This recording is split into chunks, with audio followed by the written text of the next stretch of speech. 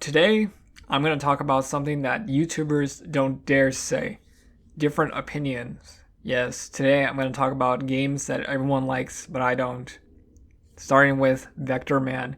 Vector Man is just a terrible game series, and I can see why they never made a third game.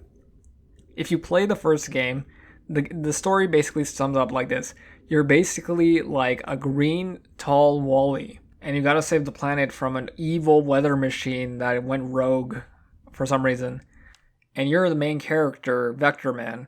Vector Man is basically a cleaning robot, and what he can do is that he fires these bright balls at people, or flashbangs, and that's basically that's your whole power. And he can double jump.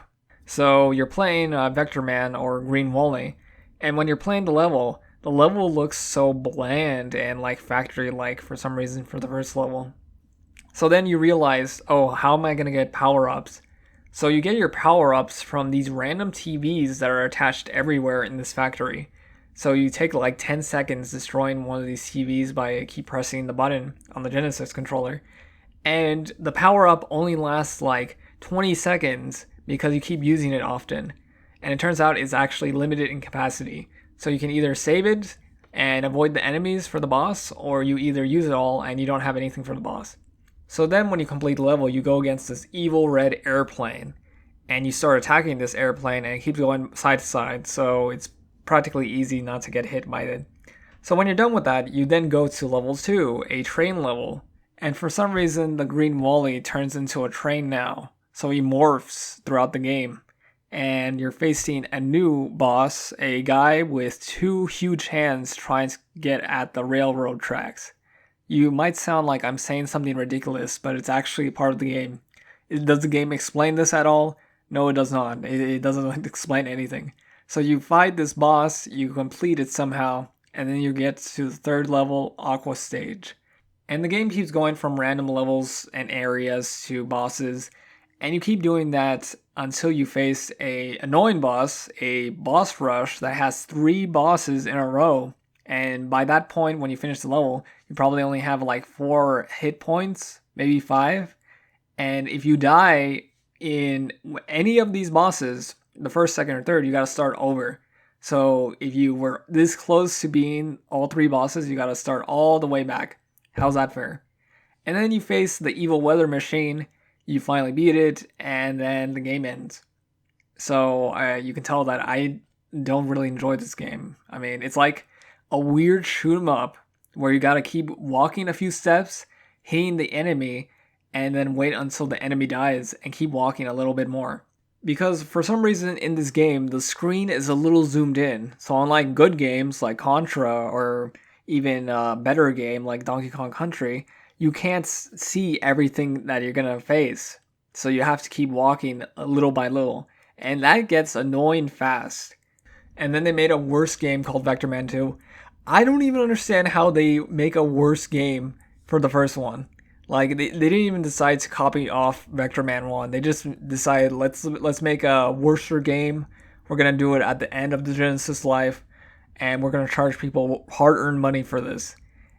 And I don't even understand, like seriously, the story's bad, the art style is bad, like it's somehow worse than the first game's graphics, the level design is bad, the ending is bad, like I can't even see how anyone would enjoy Vector Man 2, and yet I've seen people defend Vector Man 1, which is a little debatable. I mean, I guess Vector Man 1's level wasn't so bad, but level 2 and 3 just gets way worse. I'm not even joking about how bad Vector Man 2's levels are either. Like, when you come across level 3, you're gonna wish you didn't play this game at all. Level 3 is horrendous. Level 3 has you climb up this tree as Vector Man in the dark while dragonflies attack you. This sounds like a simple task, but it isn't. You try to climb, and for some reason, when a dragonfly hits you, they bounce you around, and then you fall off the tree. So you gotta keep doing that over and over. There's even a little cherry on top for the Vector Man games as well, since there's a time limit. So when you're playing the tree level, you gotta hurry up or you're just gonna end up dying to the time limit and start over again. And your reward for this, for playing Vector Man in general, is either more worse levels or bad minigames. And Vector Man 2's levels are, like I said, pretty bad since they also repeat For some reason they have this like dig dug level, and they repeat it like twice or three times. Really, I just don't see a point of people playing the Vectorman games at all. They're just plain awful, honestly. Which brings us to the second game, Fallout 4. Fallout 4 is just not very great, honestly. I'm gonna say that a lot, but being honest, like Fallout 4 feels like a downgrade somehow from Fallout 3.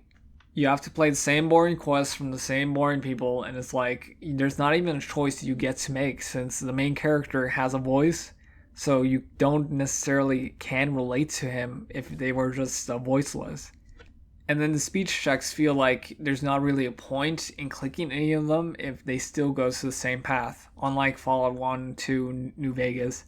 And that's the problem I have with Bethesda. It feels like they fired all the good dialogue people past Skyrim. Like all the dialogues in modern Bethesda games like Starfield or Fallout 4 and online just feel so watered down and boring. Like I'm bored playing Fallout 4. It comes to a point where I'm like, how do I even have fun with this? There's nothing for me to do to get enjoyment out of this if it's just so plain. Like the graphics of Fallout 4 aren't even that great. Looking back to it, everything looks like it's overly colorful for a wasteland game, which was my problem with Fallout 3. I mean, it didn't have much colors, but it didn't really need to. But Fallout 4 just went overboard with the colors.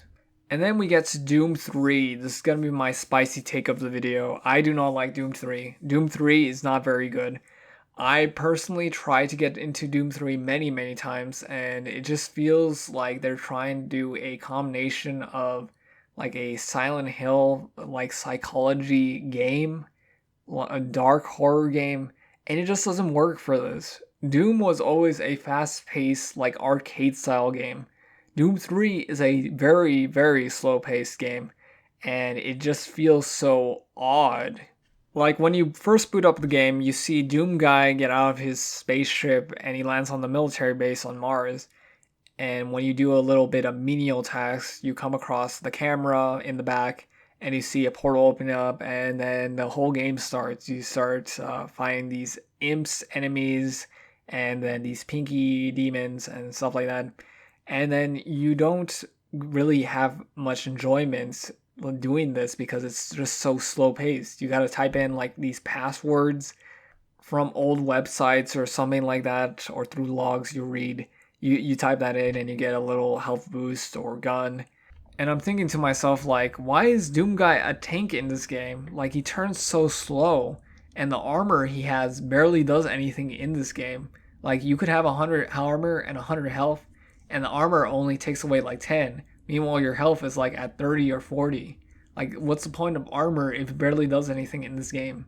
And it doesn't help that almost all the levels in this game look the same. It feels like I'm playing the same level over and over again.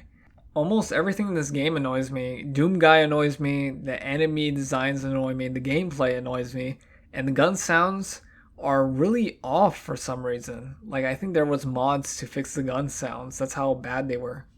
And to add to the spice of Doom 3, you don't even face the evil scientist that Doom 3 was propping up. They saved him for DLC. How disappointing is that? And then we get to Earthworm Jim. If you want to know all the problems with Earthworm Jim, just watch the AVGN video. It pretty much tackles all the points.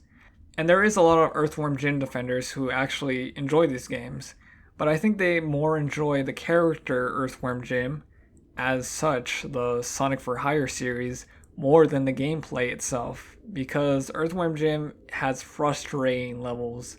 These levels are rage bait. They rage me. Like, seriously, there's levels where you cannot make a mistake at all or you will die. And I can't really criticize Earthworm Jim like I can with good games or even mediocre games, because Earthworm Jim is more like a satire parody of a game more than a fully fledged game. And that's what sucks about Earthworm Jim, honestly. It's kind of like a Vectorman situation. The second one and third one are bad, but the first one is debatable if it's a good or bad game. As well as the hit or miss humor. Personally, I don't like the random humor it has.